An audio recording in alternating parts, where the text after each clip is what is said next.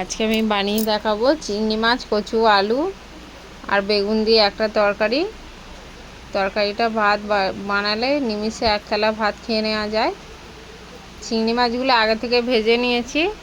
এর কড়াইতে তেল দিয়ে একটু 5 ফোড়ন দিয়ে দিলাম। এবার পেঁয়াজগুলো দিয়ে দেবো। পেঁয়াজটা লাল লাল ভাজা হয়ে গেলে এর মধ্যে কচু, আলু, বেগুনটা দিয়ে ভেজে নেবো কিছুক্ষণ।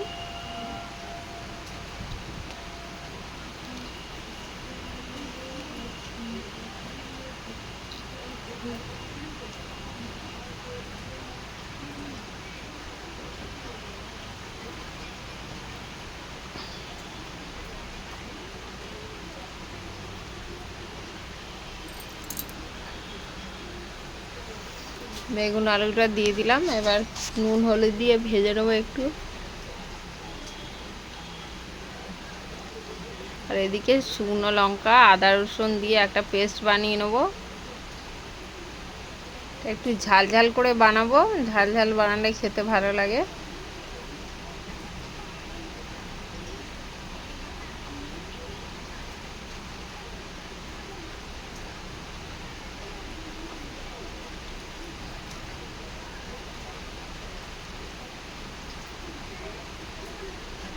আদা, শুকনো লঙ্কা একটা পেস্ট বানিয়ে নেব।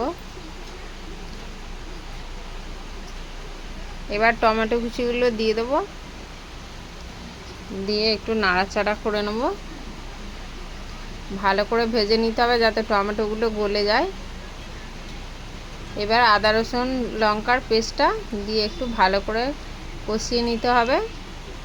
পুরো মশলাটা দেবো না, এখানে অনেকটা বেটেছি আমি, কিছুটা রেখে দেবো। আর আমার ভিডিওটা যদি আপনাদের ভালো লেগে থাকে লাইক কমেন্ট শেয়ার করবেন। ফেসবুক থেকে দেখলে আমার পেজটি ফলো করবেন, আর ইউটিউব থেকে দেখলে আমার চ্যানেলটি সাবস্ক্রাইব করতে ভুলবেন না। কষা হয়ে গেছে, এর মধ্যে জল দিয়ে দিলাম আর অল্প চিংড়ি মাছ রেখে দিয়ে বাকিটা দিয়ে দেবো এর মধ্যে। একটা ঢাকনা দিয়ে ঢেকে দেবো। 5 মিনিট রান্না করলেই হয়ে যাবে। এভাবে একবার বাড়িতে বানিয়ে দেখতে পারেন। শুকনো শুকনো কষা টাইপের একটা তরকারি হয়, খেতে খুবই সুন্দর লাগে, গরম ভাতে খুবই ভালো লাগে। আর খেয়ে যদি ভালো লাগে কমেন্ট বক্সে জানাতে ভুলবেন না।